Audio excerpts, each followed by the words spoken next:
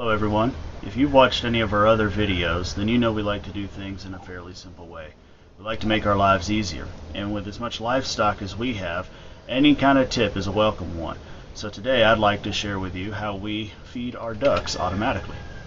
So here's the system that I'm going to show you today. This is simply a piece of PVC tube going down to a bucket. The pipe that you saw is what you're actually going to be storing the feed in so that it can automatically feed your ducks for you. Ours lasts about a week, and we've got 8 ducks sitting in this little coop. And we use this coop as a bit of a nursery for our laying ducks. So before you make this cut, you need to think about where you're going to mount the pipe. We mount ours on the side of our shed right next to this window. That lets us keep our feed on the inside of the shed where we know it'll stay dry. Open the window, feed it through the tube, and the ducks can be fed for the next week without us having to disturb them. But you could easily mount this on a frame anywhere else that you would want. Just consider the height that you would need before you make this next cut. Now this is 4-inch sewer pipe that we're using, and you're going to want to make a cut on an angle. And this is for the part that goes down into the bucket. So you need to think about what kind of bucket you're using and just how high the edge is going to be. Because if the edge of the bucket's only 2 inches high, then you don't want your cut to come more than 2 inches off the bottom. When you make this angle cut, remember to leave about 1 inch or 2 of the pipe the original length so that it can sit flush on the bottom but still have the angled opening for the feed to come out. Here's the bucket that we're using, and I know what you're thinking. You're saying, Jared, that is a daggum Christmas cookie tin. And yes, it is. But the good thing is the ducks could care less what they're eating out of. They just care that we're giving them the feed. So use whatever you have around. This is something that otherwise would have found itself in a trash can, and it's a perfectly good tub for doing this in. So you can see the cut in the pipe that I was trying to explain to you earlier. There's a part that goes all the way to the floor, and then the angled opening that the feed spills out of.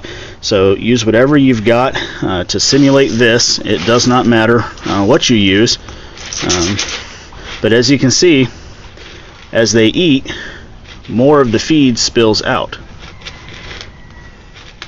And that's the whole concept, that you just fill this tube up all the way with feed, and as they eat, it comes out into the pan for them to eat off of, and when it's empty, you refill it. Now this is how we secure the pipe to the wall. Just a little eye hook going into the wall. There's another one on the exact opposite side with the wire connecting the two. And here's a little another recycling tip for you. That wire is actually the wire they use to secure a roll of hardware cloth that we had purchased to make rabbit cages out of.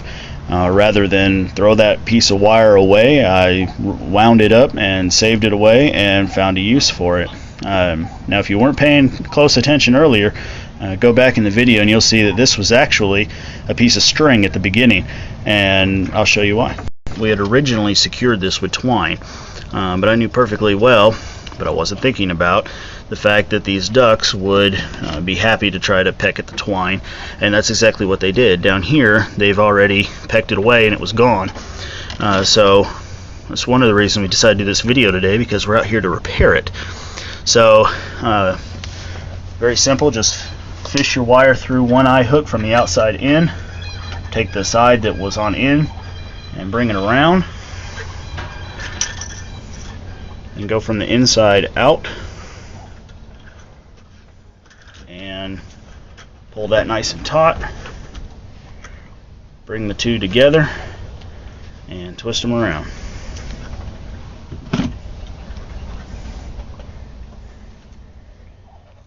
Take whatever you have that'll snip this. I'm just going to try to fold that as flat as I can so it doesn't snag anybody.